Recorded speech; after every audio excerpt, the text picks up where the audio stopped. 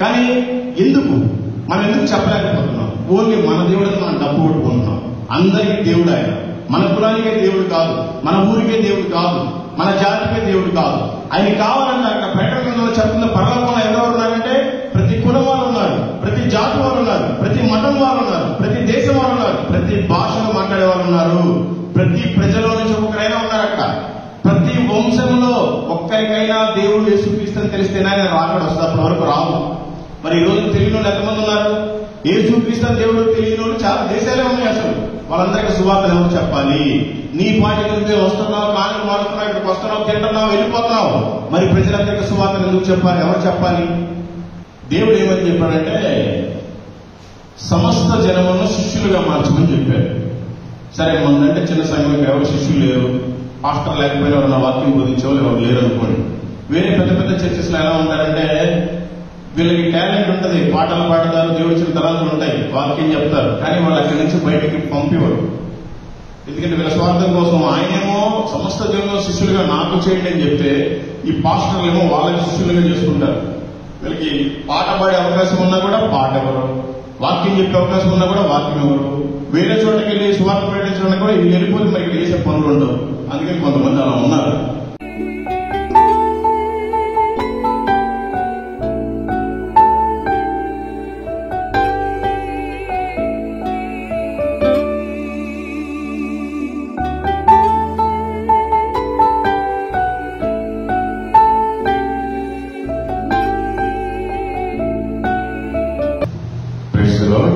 ముందుగా దేవాది దేవుడైన యేసయ్యకి వేలాది స్తోత్రాలు. నాకు ఈ అవకాశం ఇచ్చినటువంటి పాస్టర్ గారికి మరొకసారి వందనాలు. అసలు ముఖ్యంగా నేను ఈ చర్చికి రావడానికి కారణం ఎవరంటే ప్రభాకర్ అన్న. వాళ్ళ చర్చికి లాస్ట్ డిసెంబర్లో వెళ్ళినప్పుడు అన్న మన దగ్గర చర్చ్ ఉంది ఇరువురు రోడ్లో ఒకసారి ఉన్నప్పుడు సరే ఇప్పుడు టైం ఉన్నప్పుడు వెళ్తానని చెప్పాను. మొన్న ఆదివారం అనుకోకుండా ఈ దగ్గర చర్చ్ దాన్ని చూసుకుంటూ వచ్చినప్పుడు ఇక్కడికి వచ్చాం. అందుబట్టి అన్న నీకు కూడా వదనాలి. మీరంతా ఫీల్ అయ్యారో లేదో నాకు తెలియదు, కానీ మాస్టర్ గారు మాత్రం 100% ఫీల్ అయ్యాడు. నేను కూడా ఎందుకు మిమ్మల్ని బాధ పెట్టేయకపోవాలి, అందుకని క్లుప్తంగా నేను కూడా కుటుంబంలో మీ మనిషిలాగానే మాట్లాడేసి వెళ్ళిపోతాను. మిమ్మల్ని బాధ పెట్టడం వల్ల నాకేం ఉపయోగం లేదు. అసలు నేను బాధ పెట్టేవాడిని కూడా కాదు. ఎవరు కూడా ఉన్నట్టుగా మాట్లాడితే పక్కన వాళ్ళకి నచ్చదు. ఆ విషయం నాకు అర్థమైంది. అందుకని మిమ్మల్ని ఎవరైనా బాధ పెట్టడం శ్రద్ధగా వినండి. నా పేరు మల్లికార్జునరావు. నేను ఒక హిందువుని. 4 సార్లు అయ్యప్ప మాల వేసుకున్నాను, 18 సార్లు తిరుపతి గుండు చేసుకున్నాను. సరే, నాకు కొంచెం పచ్చిగా ఉంటది, ఏమనుకోకండి, మీ కుటుంబంలో ఒక సభ్యునిగా అనుకోండి. ఇప్పటి వరకు ఇండియాలో ఉండే ప్రతి ఫ్లైట్ ఎక్కాను. ఇప్పటి వరకు ఇండియాలో ఉండే 8 5 స్టార్ హోటల్లో ఉన్నాను. కానీ నాకు ఎప్పుడూ శాంతి సమాధానం లేదు. యేసు ప్రభువును నమ్ముకున్న తర్వాతే చాలా ప్రశాంతంగా ఉంది. దేవుడు నా సాక్ష్యాన్ని దీవించును గాక. ఎందుకంటే సమయం లేదు, అందుకని తర్వాత మాట్లాడదాం. పోగొట్టకూడదు. సరే, మధ్య మధ్యలో నా సాక్ష్యానికి నేను చెప్పే వాక్యానికి రిలేటెడ్ లింక్ ఉంటుంది, అందుకని నేను ఆపాను. దయచేసి ఎవ్వరూ ఏమనుకోవాలంటే నేను ఎవ్వరిని బాధ పెట్టను, ఒక్క మాట కూడా మిమ్మల్ని తిట్టను. నేను ప్రామిస్ చేస్తున్నాను. నేను స్వచ్ఛంగా 4 మాటలు చెప్పేసి వెళ్ళిపోతాను. పాస్టర్ గారు సారా సరే మొత్తానికి పాపం బ్యాంకు మేనేజరు, ఆయన అనుభవంలో ఆయన ఎక్స్పీరియన్స్ లో నాలాంటి వాళ్ళు చాలా మందిని చూస్తుంటారు. నేను ఆయన ముందు వాక్యం చెప్పేంత పాస్టర్ని కాదు, అంత స్పీకర్ని కాదు. సరే, ఏదో దేవుడు నాకు ఇచ్చిన వల్ల నేను ఏదో 4 మాటలు జస్ట్ మీకు గుర్తు చేసేసి వెళ్ళిపోతాను. ఇక జీవితంలో మళ్ళీ ఇప్పుడు నేను మీకు కనిపించను, మీరు కూడా నాకు కనిపించడానికి నేను చోట ఉన్నాను. కాబట్టి బైబిల్ ఉన్న వాళ్ళంతా కూడా రెడీగా ఉన్నాడు. మీ దగ్గర ఎంతమంది దగ్గర బైబిల్ ఉందంటే ఒకసారి చేతులు పైకెత్తండి. బైబిల్ ఉన్నవాళ్ళు, బైబిల్ ఉన్న వాళ్ళందరూ ఎంతమంది బైబిల్ ఇప్పటి వరకు పూర్తిగా చదివే చేతులు ఎత్తండి. మనమంతా క్రైస్తవులం. మళ్ళీ ఏమనకూడదు, నాకు సిగ్గుంటాయి. మీకు 1వ తరగతి పిల్లవాడు 2వ తరగతికి వెళ్ళాలంటే ఇచ్చిన 10 పుస్తకాలు చదివితేనే వాడు 2వ క్లాస్కి వెళ్తాడు. మీ జీవితానికి మరి దేవుడు ఎన్ని సంవత్సరాలు ఇచ్చాడు? ఎందుకు మరి బైబిల్ చదవలేకపోయారు? బైబిల్నే చదవకపోతే అసలు పరలోకానికి ఎట్లా వెళ్తాం? ఈ మాటలు మాట్లాడకూడదని ముందే చెప్పాను కాబట్టి నేను మాట్లాడాను. మీలో బాప్టిజం ఎంతమంది తీసుకున్నారండి? మిగతా వాళ్ళకి ఇక దేవుడు అంటే లెక్క లేదు, నరకం ఉందని భయం కూడా లేదు. మీలో బల్లారాధనలు ఎంతమంది పాల్పంచుకుంటారు?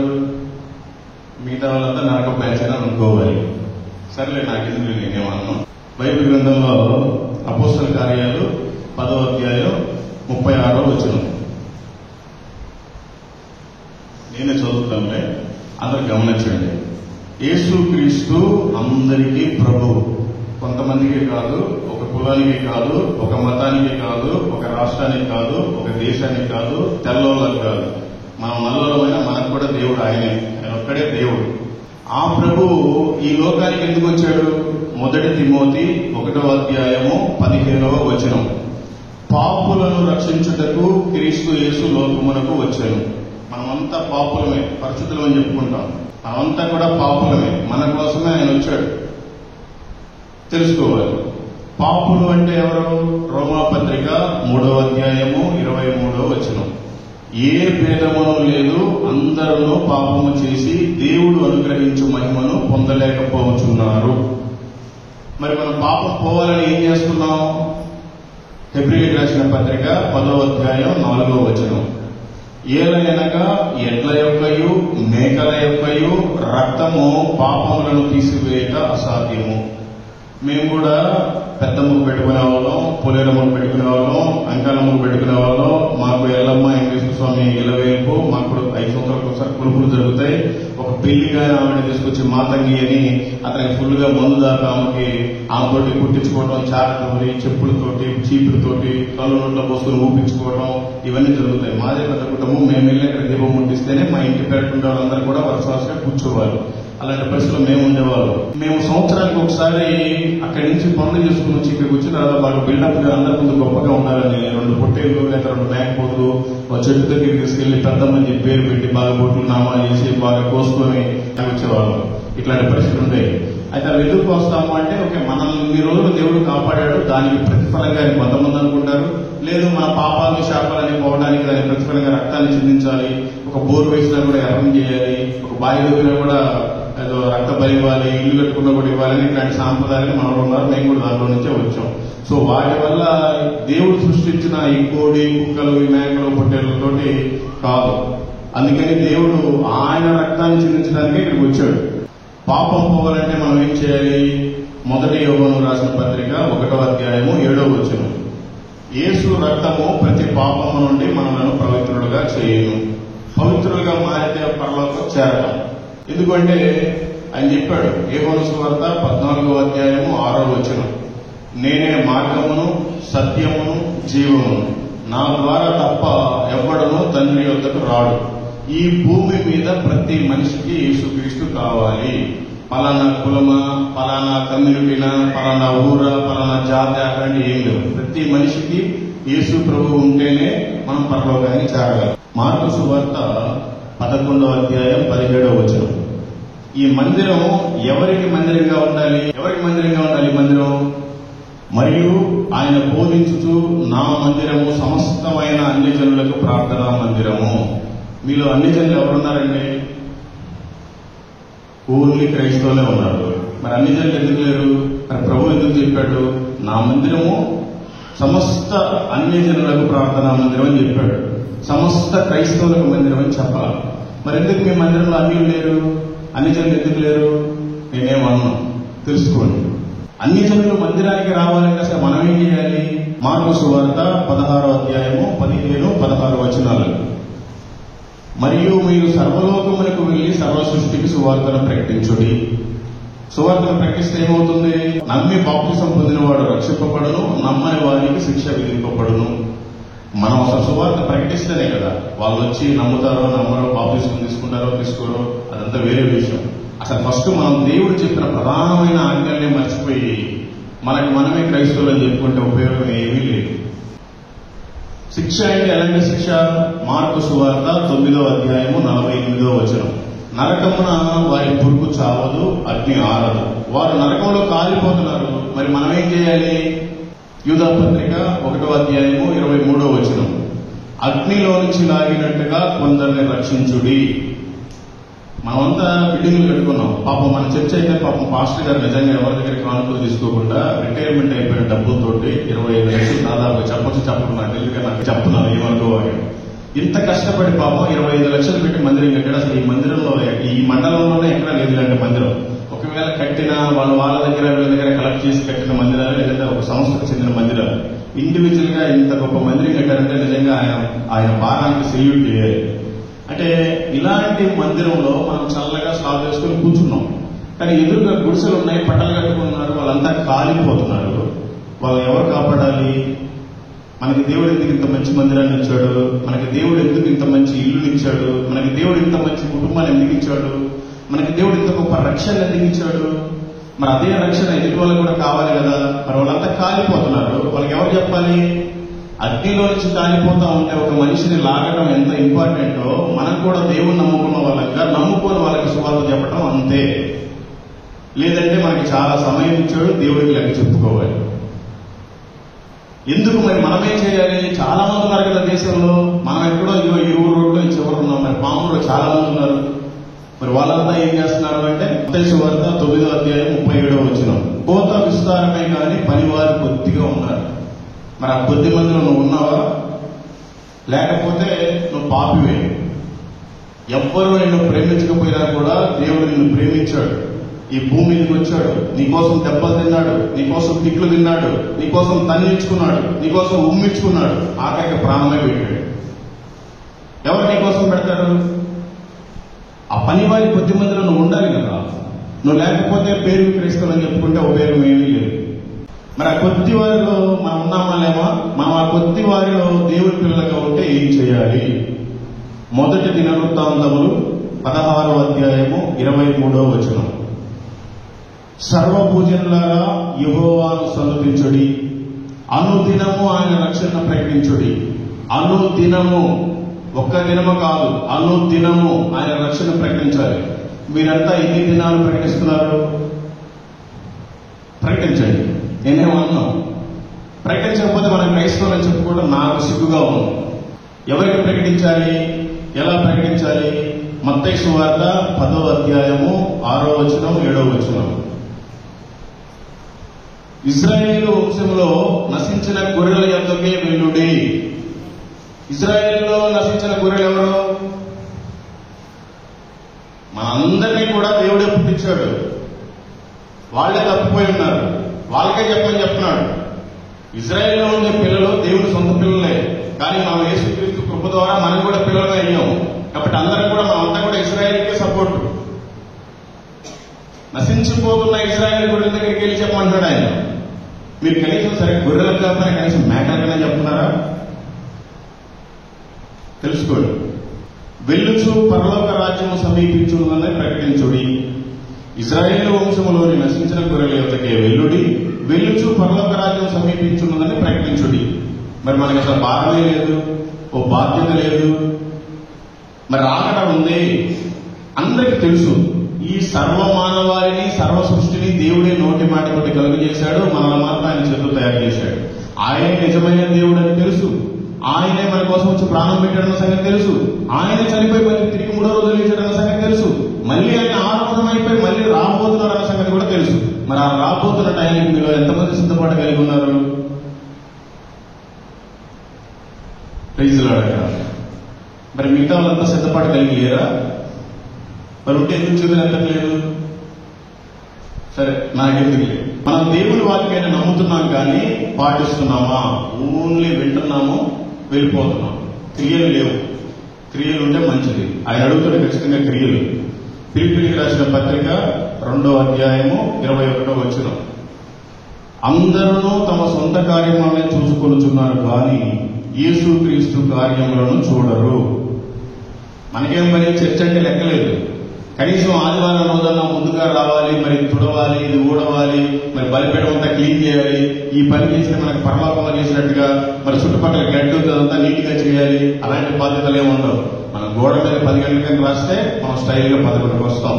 మళ్ళీ నేనేం అనకూడదు, నేనేం అన్నకూడదు. తెలుసుకోండి, దేవుని పని చేయాలి అంటే చాలా బరువు, చాలా భారము అని అనుకుంటున్నాం. అది చాలా తేలికని మీకు తెలియట్లా. అయినా కూడా నేను ఇంకా దేవుడి కోసం బ్రతుకుతున్నాను. చచ్చిపోవాలి యాక్చువల్గా ఈ పాటికి. ఈ లోకానుసారంగా బ్రతికితే నేను కూడా మీలాగే కూడా చచ్చిపోవాలి. కానీ నేను చచ్చిపోవాలా? నా జీవితం ఇక్కడ కాదు. నేను ఆల్రెడీ క్రీస్తులో ఎప్పుడో చచ్చిపోయాను. నేను క్రీస్తు కోసం బ్రతుకుతున్నాను. మీరు కూడా అలా బ్రతికితే మంచిది. అంటే మీకున్న వాళ్ళందరూ పోవాలి, మీకు నష్టం జరగాలని నా ఉద్దేశం కాదు. దేవుడు నన్ను నష్టపరిచాడు, నాకు బుద్ధి వచ్చింది, నన్ను మొత్తాడు. కానీ మీరు దేవుడు మిమ్మల్ని మొత్తక ముందే మీరు మారాలి. మీ పనులు మీరేంటి ఎవరైనా చేసుకుంటారు. రోడ్డు మీద అదప్పు తినేవాడు చేసుకుంటున్నాడు, ఆడి పని వాడు. అందరూ బ్రతుకుతున్నారు. మరి మన స్థితి ఏంటి ఈరోజు? మరి మనం ఎందుకు దేవుడికి సాక్షిగా ఉండలేకపోతున్నాం? ఒకవేళ మనకున్న స్థితి దేవుడు తీసేస్తే ఉంటుందని గ్యారెంటీ ఉందా? ఇప్పుడు మీ కారు వేసుకుని వచ్చాం, పోయేటప్పుడు గ్యారెంటీ ఉందా? ఎలాగే కూడా గుర్తు అయిపోతాను. మరి నా గ్యారెంటీ ఉంది, ప్రభు నాకు గొప్ప చెప్పిన పని నేను సంపూర్ణ చేస్తున్నాను, ఇంకా చేయలేదు, చేస్తున్నాను. మీరు కూడా స్టార్ట్ చేయండి. సువార్త చెప్తే ఎవరైనా తిడతారేమో, సువార్త చెప్తే ఎవరైనా కొడతారేమో, అబ్బా అది చాలా పారపరితమైన పని, వాళ్ళకి నిజంగా దేవుడే వచ్చే పిలుపు ఉండాలి, లేకపోతే దర్శనం ఉండాలి, పిలుపు లేకుండా సువార్త చేస్తే ఏదో అయిపోతుంది, అదంతా మన భ్రమ. ఆయన చెప్పాడు, మీరు సర్వలోకానికి వెళ్లి సర్వ సృష్టికి సువార్తను ప్రకటించుడి. చెప్పడం మాత్రమే మన వంతు. వాళ్ళ హృదయాలు మార్చేది ఆయన వంతు. మనం మారిస్తే మహా వాళ్ళ కులాలు మారుస్తాం, వాళ్ళ మతాలు మారుస్తాం. కానీ ఆయన మాత్రం వాళ్ళ మనసును మారుస్తాడు. అదే సువార్త 11వ అధ్యాయము 30వ వచనం. ఏలైనగా నా కాడి సులువుగాను నా భారము తేలికగాను ఉన్నది. అందరూ అనుకుంటారు, నేను అసలు కొంతమంది పాస్టర్లు అయితే, నేను విమర్శించట్లేదే, సారీ మన చర్చ్ గురించి కాదు, బయట పేరుకి ఏమో తెల్లటి వస్త్రాలు వేసుకుంటారు, ఆయన పాస్టర్ నాకు ట్యాగ్ పెట్టుకుంటారు. కొన్ని చర్చిలో అయితే పెళ్లి కూడా చేసుకోరు. నేను ఒక పరిశుద్ధుడిని, నేను ఒక పవిత్రుడిని, నేను సమర్పించబడ్డాను, చేసేదన్నీ లుచ్చ పనులు చెప్పకూడదు చర్చిలో కూడా. అలాంటి పరిస్థితిలో కూడా ఉన్నారు ఇంకా చాలా మంది. పేరుకేమో అప్పో అది చాలా భారము, చాలా సులువు, అందరూ చేయలేరు అంటారు. దేవుడు ఏమని చెప్పాడంటే సమస్త జనములను శిష్యులుగా మార్చమని చెప్పాడు. సరే, మొన్నంటే చిన్న సంఘంలో ఎవరు శిష్యులు లేరు, పాస్టర్ లేకపోయినా ఎవరైనా వాక్యం బోధించేవాళ్ళు ఎవరు లేరు అనుకోండి. వేరే పెద్ద పెద్ద చర్చెస్ లో ఎలా ఉంటారంటే వీళ్ళకి టాలెంట్ ఉంటుంది, పాటలు పాడతారు, దేవుడు ఇచ్చిన తలాంతులు ఉంటాయి, వాక్యం చెప్తారు, కానీ వాళ్ళు అక్కడి నుంచి బయటికి పంపివారు. ఎందుకంటే వీళ్ళ స్వార్థం కోసం. ఆయనేమో సమస్త జనంలో శిష్యులుగా నాకు చేయండి అని చెప్తే, ఈ పాస్టర్లు ఏమో వాళ్ళకి శిష్యులుగా చేసుకుంటారు. వీళ్ళకి పాట పాడే అవకాశం ఉన్నా కూడా పాట ఎవరు, వాక్యం చెప్పే అవకాశం ఉన్నా కూడా వాక్యం ఎవరు, వేరే చోటకి వెళ్ళి స్వార్థ ప్రకటించడానికి కూడా ఇది వెళ్ళిపోతే మరి ఇక్కడ చేసే పనులు ఉండవు. అందుకని కొంతమంది అలా ఉన్నారు.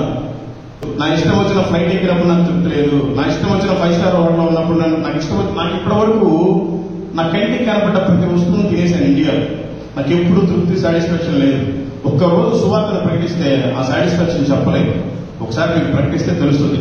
చాలా మందికి అసలు క్రైస్తవం అంటే ఒక లెక్క లేదు, ఒక బాధ్యత లేదు. మరి దేవుడు నా కోసం ప్రాణం పెట్టాడు, మరి నేను ఏం చేయాలి, నేను ప్రభువుకి లెక్క చెప్పాలి కదా, ఈ లోకం శాశ్వతం కాదు కదా అని బాధ్యతగా ఉండి చెయ్యాలి. కానీ అసలు బాధ్యతనే మర్చిపోయాడు మానవుడు.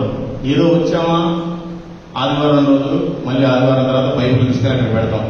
ఇప్పటి వరకు చదవలేదంటే ఒక్కొక్కరికి కనీసం 15 సంవత్సరాలు ఉన్నాయి, 20 సంవత్సరాలు ఉన్నాయి, 30 సంవత్సరాలు ఉన్నాయి, 40 ఉన్నాయి, 50 ఉన్నాయి. ఏం చేయడానికి బైబిల్ ఒక్కసారి కూడా చదవకపోతే నీకు దేవుడు ఎందుకు ఇచ్చాడు? కనీసం నీకు ఇచ్చిన ఆధార్ కార్డు లేకపోతే నీకు పింఛనే ఎవరు వాడా, నీ ఫింగర్ సరిగ్గా పడకపోతే. అట్లాంటిది దేవుడు నీకు బైబిల్ ఇచ్చాడు, అది లేకుండా నువ్వు పరలోకం ఎలా వెళ్తావు? సరే, నీకు చదువు రాదు, చదువు వచ్చినట్టు చదివించుకోవాలి కదా, తెలుసుకోవాలి. ఏదైనా అప్లై చేయాలి అంటే ఒక ఫామ్ లో ఉండేవి ఒక్క కాలం మిస్ అయిపోయినా కూడా మనకి అది రాదు, స్కీమ్ కానీ లోన్ కానీ ఏదైనా సరే.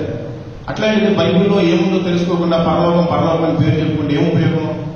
పరలోకం ఏముంటుంది, పరలోకం అసలు ఎంత పెద్దది, అది ఎంత వెడల్పు ఉంది, ఎంత పొడవు ఉంది, దాంట్లో ఎంతమంది ఉంటారు, ఏంటి అనేది బైబిల్లో క్లియర్ గా ఉంది. చదివితేనే కదా తెలిసేది. మనం లోకానికి మాదిరిగా ఉండటానికి ఆయన నియమించాడు, కానీ మనం అలా ఉండట్లేదు. మత్తయి సువార్త 5వ అధ్యాయం 13వ వచనం నుంచి 16వ వచనం వరకు. మీరు లోకమునకు ఉప్పై ఉన్నారు. ఉప్పు నిస్సారమైతే అది దేని వల్ల సారము పొందును? అది బయట పారవేయబడి మనుషుల చేత త్రొక్కబడటకే గాని మరి దేనికి పనికి రాదు. లోకమంతా సప్పగా ఉంది, వాళ్ళ దగ్గర ఏం థ్రిల్ ఉండదు, సంతోషం ఉండదు, తృప్తి ఉండదు. మనకి దేవుడు అన్ని ఇచ్చాడు. మనం లోకానికి ఉప్పై ఉండాలి. ఈ ఉప్పు లేకుండా ఏ కూర చేసినా వేస్టే.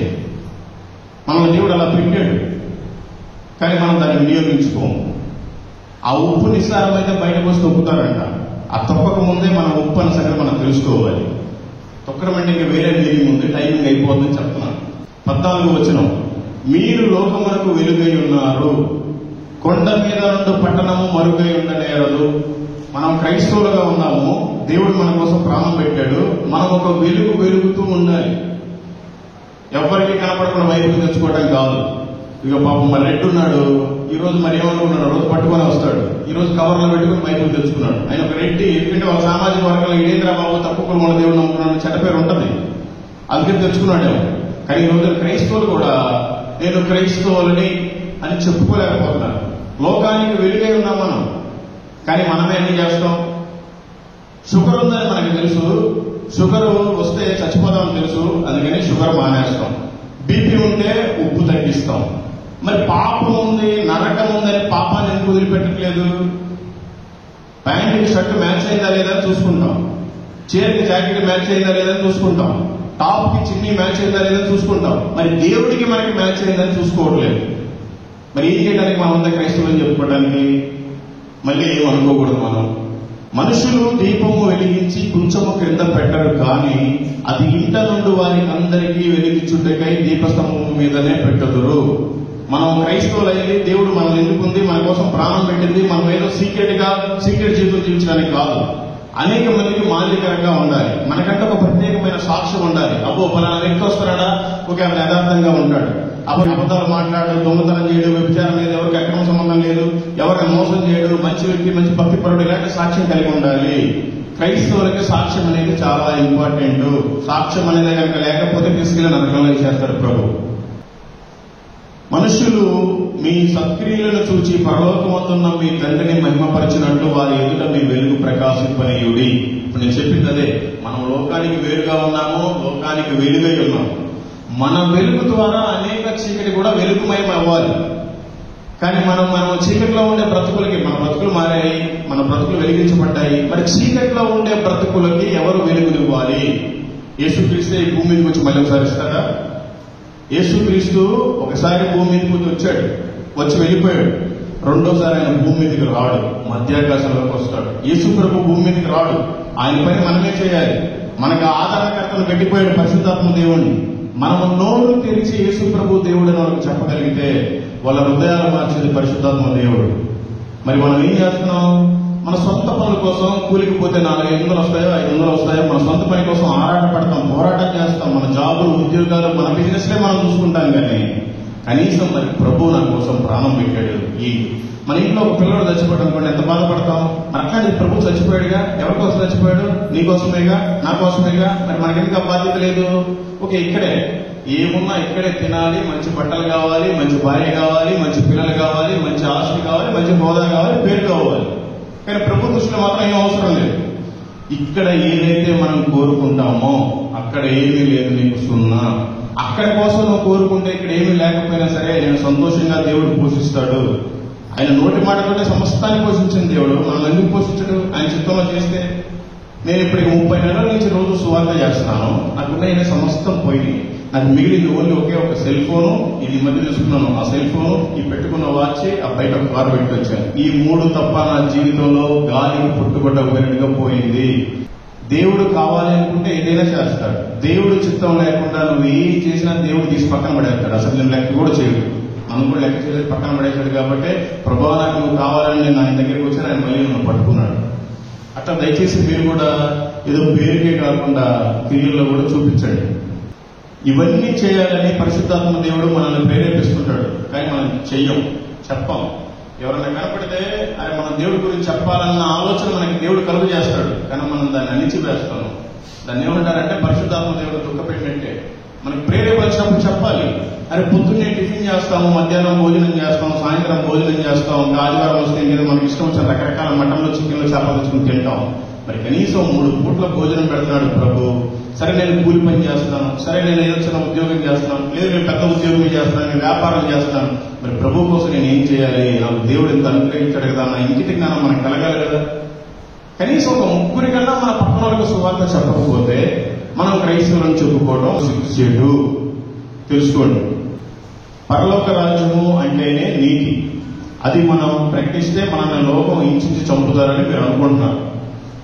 మత్తయి సువార్త 5వ అధ్యాయం 3వ వచనంలో ఏముందంటే, ఆత్మ విషయమైన వారు దీనులైన వారు ధన్యులు, పరలోక రాజ్యం వారిది. ఆత్మ విషయమై దీనులైన వారు ధన్యులు, పరలోక రాజ్యం వారిది.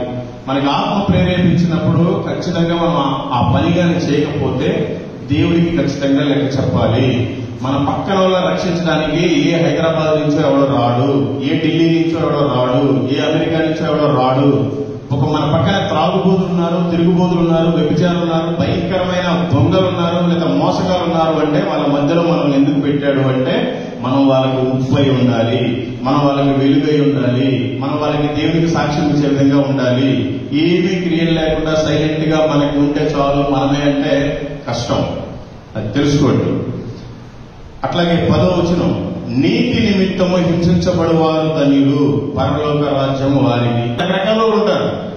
వాళ్ళందరూ నువ్వేంటి ఇక్కడ మత ప్రచారం చేసేది అంటాడు. వాళ్ళకి తెలియదు ఇది మంచి మార్గం అని. వాళ్ళ పేరుకి మతమే అంటారు, ఎందుకంటే ఆ ఓట్లో మంచి గ్రిప్ ఉంటుంది. వీడు మత ప్రచారం చేస్తాడు అధ్యమనంగా 100 మంది వస్తారు. కానీ మనమైతే దేవుడి పక్షం నిలబడితే 10,000 మందితో సమానం దేవుడు. కానీ మనం ఆ విషయాన్ని మర్చిపోతాం. మనం కనీసం అసలు క్రియలు చేయడానికి ఇష్టపడం. నీతి నిమిత్తం ఏమవుతుంది, కొడితే ఏమవుతుంది, దెబ్బలు తగులుతాయి, తిడితే ఏమవుతుంది, ఇప్పుడు బాధ కలుగుతుంది. కానీ ఆయనలాగైతే మనం చంపాడు కదా, ఆయనైతే మన కోసం చచ్చిపోయాడు కదా, మరి మనకెందుకు లేదు? వాళ్ళు ఏదో అంటారనే మనం సిగ్గుపడి దేవుడి గురించి చెప్పట్లేదు, మహానుభావులు కొడతారనే మనం దేవుడి గురించి చెప్పట్లేదు. మరి ఆయన నీ కోసం నా కోసం చచ్చిపోయాడు, ఎందుకు మరి జ్ఞానం లేదు? మనం ప్రకటిస్తే ఏమవుతుందో ప్రభువు మనకు ముందే చెప్పారు, అయినా మనం ఆయన మాట వినట్లేదు. లూకా సువార్త 21వ అధ్యాయం 17వ వచనం, నా నామము నిమిత్తము మీరు మనుషులందరి చేత ద్వేషింపబడుదురు అని ముందే చెప్పాడు. మనకు తెలుసు పోతే వాళ్ళు కొడతారని తెలుసు, అవసరంతో చంపుతారని కూడా తెలుసు. నేనైతే చాలా రూఢిగా వెళ్తా, అందరూ ఇలాగే వెళ్ళమని కాదు. కొంతమందికి కొంత ప్రేరేపణ పెడతాడు, కొంతమంది కొంత బాధ్యత పెడతాడు, కొంతమంది కొంత భారాన్ని పెడతాడు. ఆయన భారం మోయటం చాలా మంచిది. ఆ భారాన్ని తప్పించుకొని సుఖంగా బ్రతకడం చాలా కష్టం. అది పరలోక రాజ్యానికి అసలు వారసత్వాన్ని ఇవ్వదు. ప్రభువు చెప్పినా కూడా మనం ప్రకటించలేము, మనకి సిగ్గు. ఎందుకంటే మత్తయి సువార్త 10వ అధ్యాయం 32, 33, మనుష్యుల ఎదుట నన్ను ఒప్పుకుని వాడెవడో పరలోకమందున్న నా తండ్రి ఎదుట నేనును వానిని ఒప్పుకుందును. మనుషుల ఎదుట ఎవడు నన్ను ఎరుగననునో వానిని పరలోకమందున్న నా తండ్రి ఎదుట నేనును ఎరగనందును. ఆయన చెప్పాడు క్లియర్ గా. నీ ముందు సమస్త జనాలు కనపడుతున్నారు, ఎవరైతే రక్షణలో లేరో వాళ్ళకి కనుక మన సువార్త కానీ చెప్పి యేసుక్రీస్తు నిజమైన దేవుడని ఒప్పుకోకపోతే నువ్వు చనిపోయిన తర్వాత వస్తారు, 2 రోజులు ఏడుస్తారు, మంచి బొరుగులు, పేలాలు, చిల్లర, ఆకులు, పూలు తీసుకొస్తారు, తీసుకెళ్లిపోయి సమాజ కార్యక్రమం చేస్తారు, బాగా ఏడుస్తారు, నీ ఫోటో ఒక గోడకు పెడతారు, జ్ఞాపకార్థం కుటుంబం లేక కృతజ్ఞత కూడా ఏదో పెట్టుకుంటారు, అందరికి వచ్చిన చికెన్ పెడతారు. ఇంకంతే నీ జీవితం. కానీ అక్కడ మాత్రం నీకు ఎంట్రీ లేదు. నువ్వు పోయేది ఎక్కడికో తెలుసుకోవాలి. ఆయన ముందు ఆయన మనం జనాల ముందు ఒప్పుకోకపోతే ఆయన ఎలా ఒప్పుకుంటాడు? అక్కడికి వెళ్ళిన తర్వాత సెంటర్లో నుంచోబెడతాడు. సరే ఎగ్జాంపుల్ మనం అనుకున్నాం, బైబుల్లో లేదు. ఈ పక్క నరకం ఉంది, ఈ పక్క పరదేశం పరలోకం ఉంది. అక్కడికి వెళ్ళిన తర్వాత తీర్పు దినం నిలబడిన తర్వాత నువ్వు నరకానికి వెళ్ళిపో అంటాడు. లేదు ప్రభా, నేను నమ్మకంగా ఉన్నాను, బాప్తిసం తీసుకున్నాను, మారు మనసు పొందాను, బలలో చేయి వేస్తున్నాను, పాఠాలు పాడుతున్నాను, వాక్యాలు వింటున్నాను, చిల్లర మారుస్తున్నాను, కానికి వేస్తున్నాను, పాస్టర్తో ప్రార్థన చేసుకుంటున్నాను, వెళ్ళిపోతున్నాను అంటే కుదరదు. ఓన్లీ వారానికి ఒకసారి క్రైస్తవులు కాదు మనం, ప్రతిరోజు క్రైస్తవులమే, ప్రతి గంట క్రైస్తవులమే, ప్రతి నిమిషము క్రైస్తవులమే. ఈ రోజు మనకి పని చేస్తే 500 వచ్చిందా లేదా అనేది ముఖ్యం కాదు. ఈ రోజు మనం జాబ్కి వెళ్తే ఈ రోజు మన జీతం 4,000-5,000 అనేది ముఖ్యం కాదు. ఈ రోజు మనల్ని ఎన్ని ఆత్మల్ని మనం మాట్లాడాం, ఎన్ని ఆత్మలతోటి ఈ రోజు మనం మాట్లాడాం, ఎన్ని ఆత్మలను ఆయన సన్నిధికి నడిపించాం. మనం నడిపించలేము, మనం చెప్పాలి, చెప్పడం మాత్రమే మన బాధ్యత, మిగతా ఆయన చూసుకుంటాడు. ఒక నెల జీతం మహా అంటే 10,000 నుంచి 1,00,000 రూపాయలు చూసరికి చాలా ఆరాటం పోరాట పడతా ఉంటాం. ఒక్క ఆత్మని ఆయన సన్నిధిలో నడిపిస్తే మన పరలోక అకౌంట్లో కొన్ని 1,000 కోట్లు పడతాయి. అంత ఆనంద కంటే ఎక్కువే ఉంటుంది. కానీ మనకి అది చెప్పరు, చెప్పినా మనం వినం, వాటిని పాటించం, అంతే. అయినా పర్వాలేదు, నేను మనుషుల కోసం బ్రతుకుతాను అనుకుంటారు కొంతమంది. కొరింథీయులకు రాసిన పత్రిక 3వ అధ్యాయం 24వ వచనం, మీరేమి చేసిననో అది మనుషుల నిమిత్తము కాక ప్రభువు నిమిత్తమని మనస్ఫూర్తిగా చేయుడి. మీరు ప్రభు అయిన క్రీస్తునకు దాసులై ఉన్నారు. మనమంతా ఎవరికి దాసులు అండి? సంఘానికి దాసులం కాదు, పాస్టర్కి దాసులం కాదు, మన ఇంట్లో దాసులం కాదు, మన భర్త కూడా దాసులం కాదు. మనం క్రీస్తుకే దాసులం. మనం ఆయన పని చేయాలి. మనం పంపించిన యజమాని ఆయన.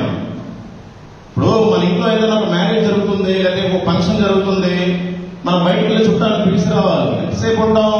వెళ్తాము, కాల్ చేస్తాము, లేదా మాట్లాడతాం కాసేపు, వాళ్ళ పూట భోజనం పెడతారు, ఒకవేళ లేట్ అయితే మంచం వేస్తారు, పడుకోమంటారు, పొద్దున్నే వచ్చేసేయాలి. ఎందుకు? మన ఇది వాళ్ళ ఇంట్లో ఎన్ని రోజులు ఉంటాం? మరి మన క్రైస్తవులందరికీ ఇల్లు ఏది? పరలోకం. మనం భూమికి వచ్చాం. ఎందుకు వచ్చాము? మనమంతా పాపంలో ఉన్నాము. దేవుడే మన దగ్గరికి వచ్చి ప్రాణం పెట్టాడని, చనిపోయాడని, రానై ఉన్నాడు, మీరంతా సిద్ధపాటు కలిగి ఉండండి అని చెప్పాలి. మనం కొంతమందికి చెప్తున్నాం. యేసు ప్రభు వస్తాడు, అదిగో వస్తాడు, ఇదిగో వస్తాడు అని ప్రార్థన చేస్తున్నాం, కానీ ఆయన వస్తే అసలు ఏం జరుగుతుంది? రెప్ప పాటలో మన మనసు మారిపోయి వెళ్ళిపోవాలి. అలాంటి ప్రార్థన అనుభవంలో మనం ఉండాలి. అలాంటి ప్రార్థన శక్తిలో మనం ఉండాలి. పేరుకి క్రైస్తవులకు ఏం ఉపయోగం? ప్రభు వస్తున్నాడు, ఇద్దరు భార్య భర్తలు పడుకుంటే ఒకరు వెళ్ళిపోతారు, ఒకరు మిగిలిపోతారు. ఇద్దరు పొలంలో దొరుకుతుంటే ఒకరు వెళ్ళిపోతారు, ఒకరు ఉంటారు. మరి మిగతా వాళ్ళ పరిస్థితి ఏంటి? ఆ ఎత్తబడే గుంపులో లేకపోతే మిగిలిపోతే నీ పరిస్థితి ఏంటి?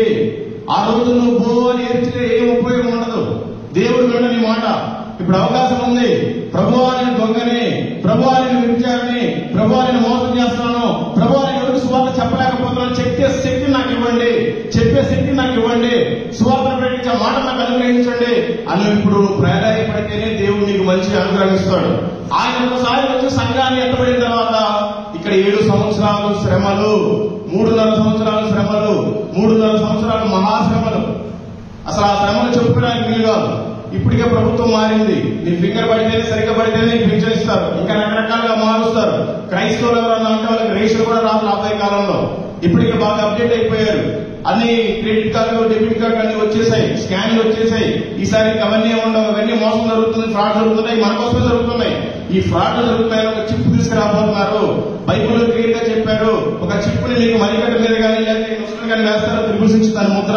అది పడ్డ తర్వాత నువ్వు పరలోకానికి వారసుడు కావు.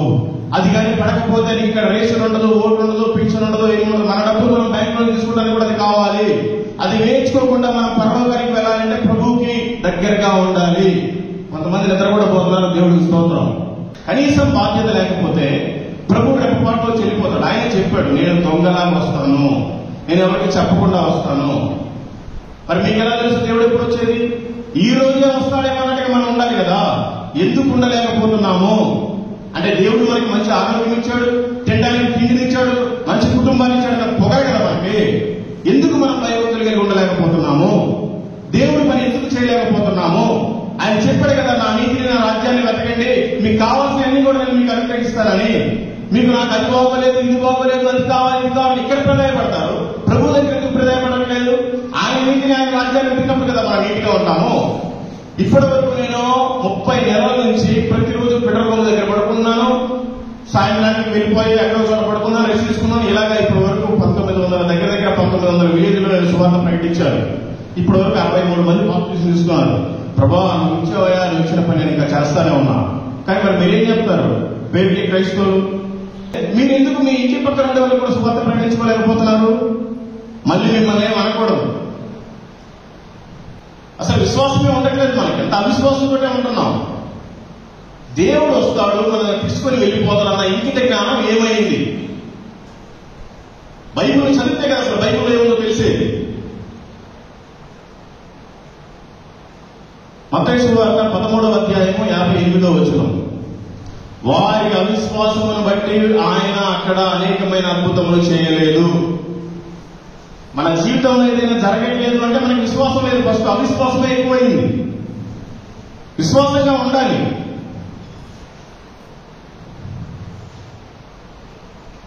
దేవుడు ఎందుకు పనికిరాని ఒక మోసేని కూడా వాడుకున్నాడు. మన పాస్టర్ గారిని కూడా దేవుడు త్వరలో వాడుకోబోతున్నాడు. కానీ ఇదంతా ఖాళీ ఎందుకు పెట్టాడంటే పాస్టర్ గారి కోసం ఖాళీ పెట్టాల. మనం బుద్ధి తెచ్చుకొని మన మందిరానికి తీసుకురావాలి. పాస్టర్ గారి కోసం కాదు మనం తీసుకొచ్చేది, దేవుడి కోసం తీసుకురావాలి. అరే నా జీవితంలో దేవుడు ఇంత మేలు చేశాడే, కనీసం ఒక్క మనిషి అయినా సువార్తని చెప్పి ఆదివారం ఖచ్చితంగా మందిరానికి తీసుకెళ్ళాలి. ఒక మనిషి కానీ దొరకకపోతే నీకు కూడా అసలు భోజనమే చేయాలి. ఎందుకు అనుకోవట్లేదు? మీరు వారానికి ఒక పూటైనా ఉపవాసం ప్రార్థన చేసుకున్న వాళ్ళు ఎంతమంది ఉన్నారండి? ఒకసారి చేతులు ఎత్తండి. వారానికి ఒక పూట నేను తినను, ఉపవాసం చేసుకుని ప్రార్థన చేసుకుంటాను ఎంతమంది ఉన్నారు? బైబిల్లోనే ఉంది ఉపవాస ప్రార్థన చాలా బలమైంది. మీకు అసలు ఉపవాస ప్రార్థన లేదు, నీకు మామూలు ప్రార్థన కూడా ఉందో లేదు. ఒకవేళ దేవుడు కనుక ఇప్పుడు నిలబెట్టి ఎవరి మోకాళ్ళు అయితే నల్లగా ఉంటే వాళ్ళని మాత్రమే పరలోకానికి పంపిస్తారు, మిగతా వాళ్ళని నరకానికి వేస్తారంటే మీరు ఎంతమంది మోకాళ్ళు నల్లగా ఉన్నాయో ఒకసారి చూసుకొని ఇంటికి వెళ్ళి. మనం ఒక మాదిరికరంగా ఉండాలి. ఎఫెసీయులకు రాసిన పత్రిక 6వ అధ్యాయము 6వ వచనం 7వ వచనం. మనుష్యులను సంతోషపెట్టు వారు చేరినట్లు కంటికి కనబడుటకే కాక క్రీస్తు దాసులమని ఎరిగి దేవుని చిత్తమును మనపూర్వకంగా జరిగించుచు మనుషులకు చేసినట్టు కాక ప్రభువులకు చేసినట్టే ఇష్టపూర్వకంగా సేవ చేయుడి. సేవ అని పేరు పెట్టుకుంటాం. దేవునికి ఇష్టపూర్వకంగా చేయాలి, మనుషులకు ఇష్టపూర్వకంగా కాదు. పాస్టర్లు కాదు, విశ్వాసం కూడా. మనం కూడా ఇక్కడ చిమ్ముతున్నాం కూడా సేవే, ఇక్కడ వాక్యం చెప్తున్నా కూడా సేవే, బాత్రూమ్ కడుగుతున్నా కూడా సేవే. అది మనుషులకు కనపడాలి, చర్చిలో అందరికి కనపడాలి. నేను ఆ పని చేస్తున్నాను, నేను ఈ పని చేస్తున్నాను, నేను అన్నం వండుకొస్తున్నాను, సాంబార్ చేస్తున్నాను, పెయింట్ చేస్తున్నాను, ఫ్యాన్ చేస్తున్నాను, ఇది కాదు. దేవుడికి కనపడాలి నా పని ఏంటో, నా పరిచయం ఏంటో దేవుడు చూడాలి. ఆ భావంతో మనం ఉండాలి. మనమంతా ఆయన కోసం రోషంగా పౌరుషంగా వేరే వాళ్ళకి వెలుగుగా ఉండాలి. అదే ప్రభువు కోరుకుంటున్నాడు. లూకా సువార్త 12వ అధ్యాయము 35, 36. మీ నడుములు కట్టుకొని ఉండుడి, మీ దీపమును వెలుగుచుండనీయుడి.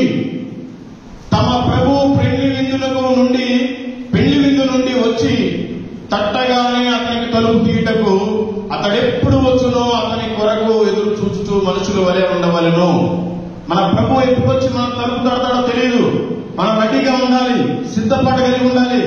ఈ క్షణం నాది కాదు, నేను ఇక్కడ చనిపోతే పరలోకంలో తేలుతానన్న విశ్వాసం మనకు ఉండాలి, నమ్మకం మనకు ఉండాలి.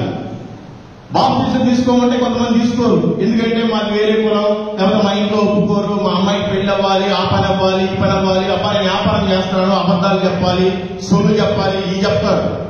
బాప్తిజం తీసుకోవడానికి సాక్ష్యం ఉండాలి కదా. నువ్వు బాప్తిజం నిర్లక్ష్యం చేస్తున్నావు, ఈ రోజు చివరి రోజు అయితే నువ్వేమైనా చెప్పి చనిపోతావా?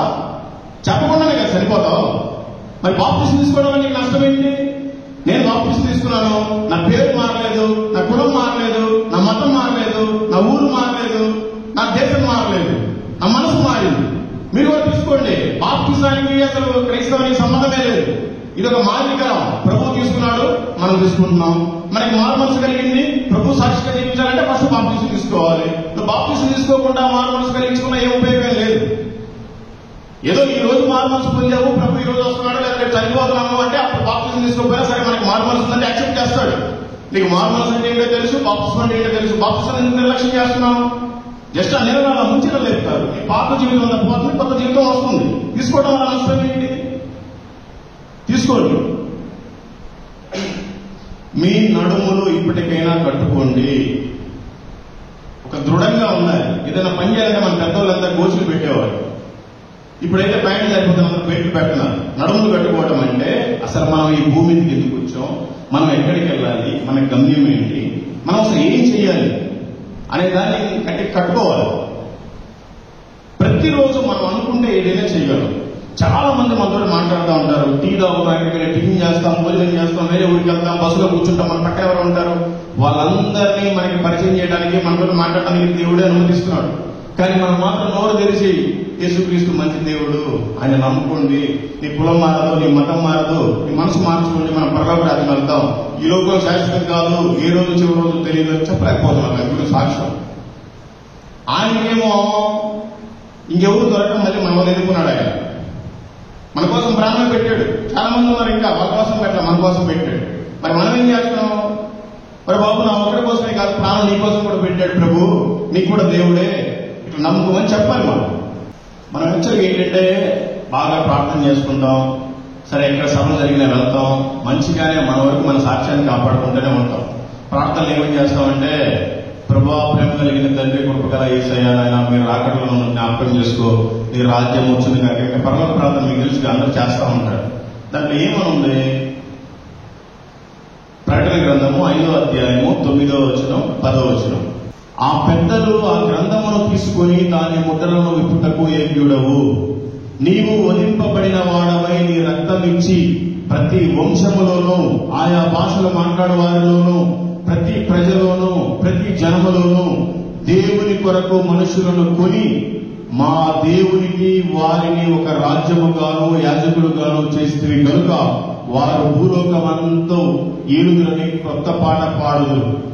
ఆయనకి కావాలంట ఓన్లీ ఒక కులానికి చెందినవాడు కాదు, ఒక మతానికి చెందినవాడు కాదు.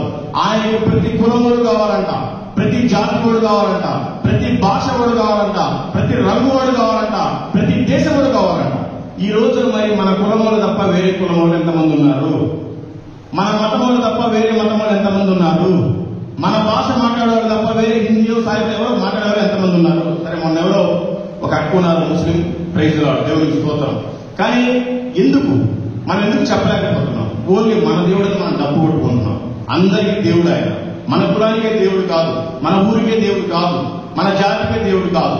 ఆయన కావాలంటే అక్కడ ప్రకటనలో చెప్తున్న పరలోకంలో ఎవరెవరు ఉన్నారంటే ప్రతి కులం వారు ఉన్నారు, ప్రతి జాతి వారు ఉన్నారు, ప్రతి మతం వారు ఉన్నారు, ప్రతి దేశం వారు ఉన్నారు, ప్రతి భాషలో మాట్లాడే వారు ఉన్నారు, ప్రతి ప్రజలో నుంచి ఒక్కరైనా ఉన్నారు అక్కడ.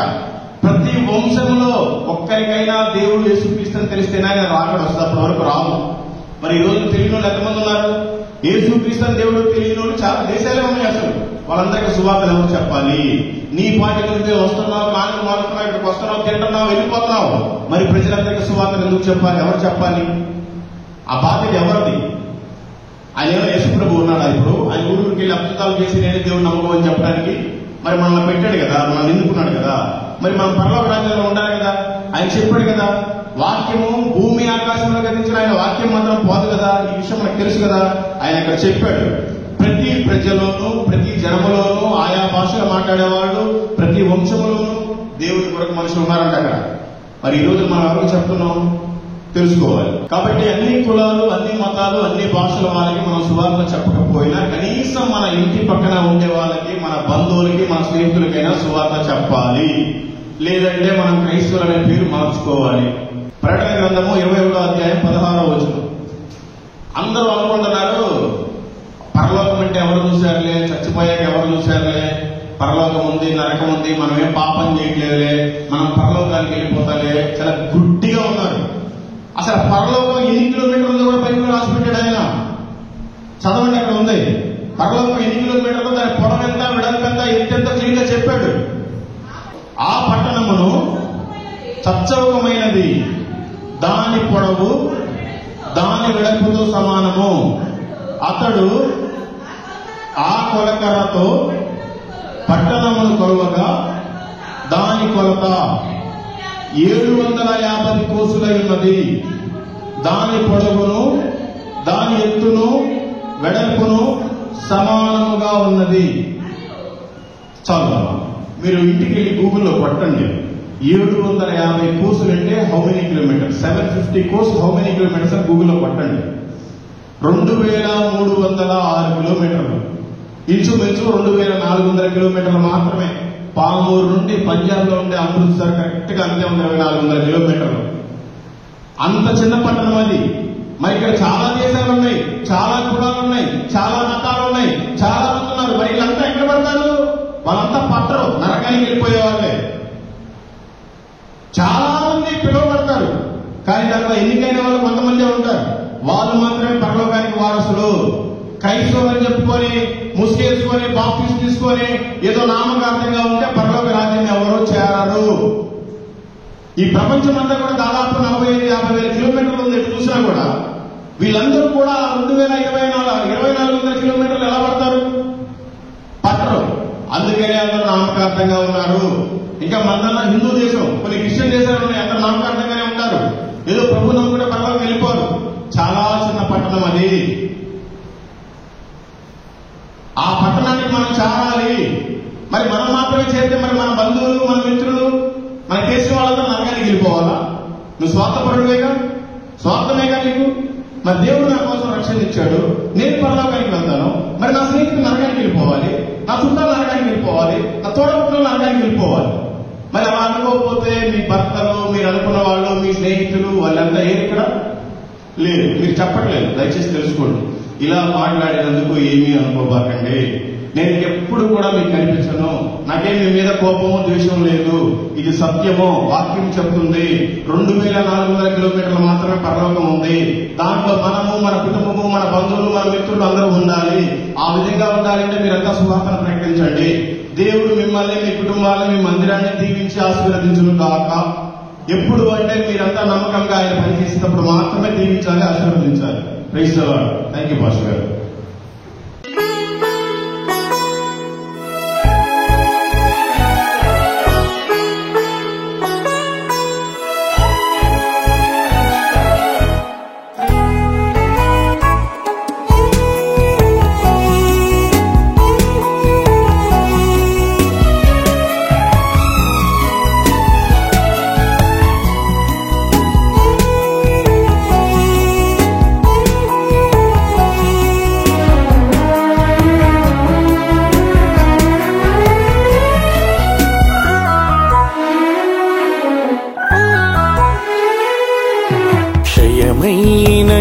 మంటి దేహం మన్నులో చేరేలోపు ఒక్కరికైనా నీ వాక్యం నీ దాసునితో చేర్చనిమ్ము. క్షయమైన ఈ మంటి దేహం మన్నులో చేరేలోపు ఒక్కరికైనా నీ వాక్యం నీ దాసునితో చేర్చనిమ్ము. దర్శించుము దేవా, కరుణించుము ఈ దీన దాసుని దర్శించుము. దర్శించుము దేవా, కరుణించుము ఈ దీన దాసుని దర్శించుము.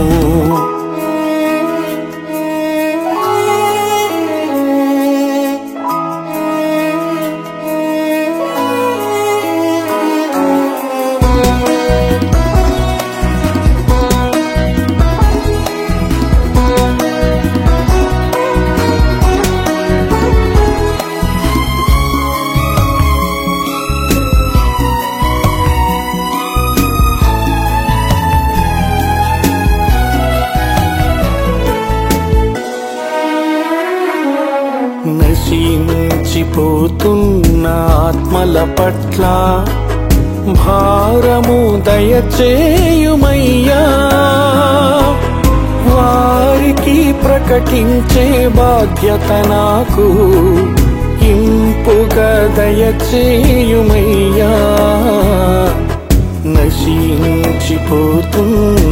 ఆత్మల పట్ల భారము దయచేయుమయ్యా. వారికి ప్రకటించే బాధ్యత నాకు ఇంపుగా దయచేయుమయ్యా. దర్శించుము దేవా, కరుణించుము ఈ దీన దాసుని దర్శించుము. దర్శించుము దేవా, కరుణించుము ఈ దీన దాసుని దర్శించుము.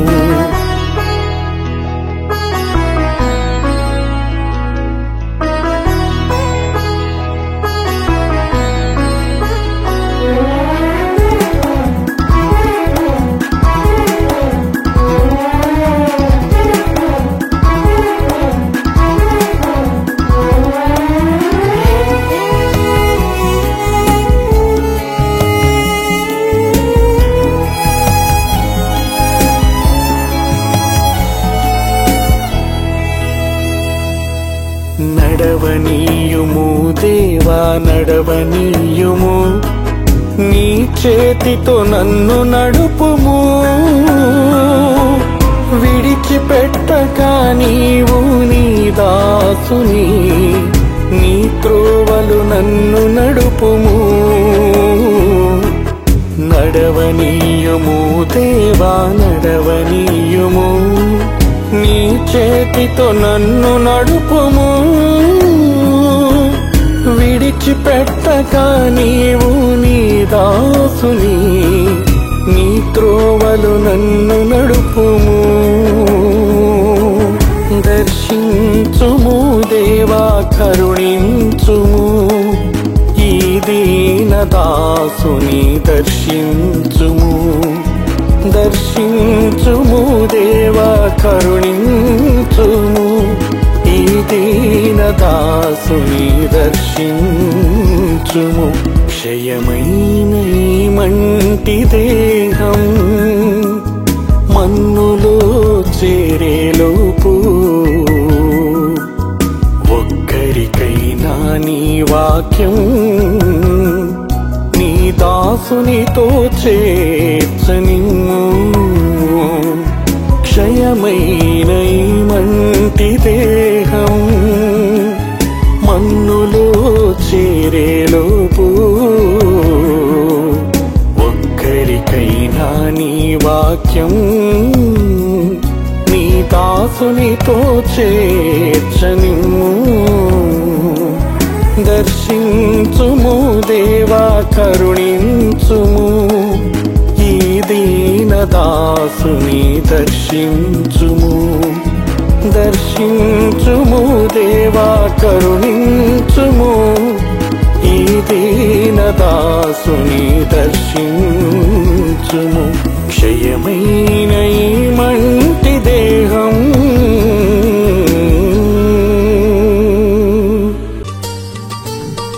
కొంతమందియే శ్రమపడుచుండగా చింతయలేని క్రైస్తవులందరిన్ పంపుము దేవా పనివారలను పంటను కోయుటకు నేడు. అందరికీ వందనాలు. ప్రకాశం జిల్లాలో కృపా నిలయం ప్రార్థనా మందిరం పాస్టర్ గారు బ్యాంకు మేనేజర్ గా పనిచేసి రిటైర్ అయ్యి ఆయన ఊనుగా మందిరం కట్టుకొని అద్భుతమైన సేవ చేస్తానికి ఇక్కడ స్థాపించాడు. దేవుడు ఆ విధంగా అందరు నడిపించేలాగా మీరంతా ప్రార్థనలో జ్ఞాపకం చేసుకోండి. Okay, thank you. Praise the lord.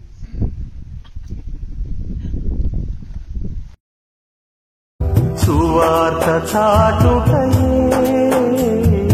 నాకున్న భారము. సువార్త చాటుటకు నేను సాగిపోదును.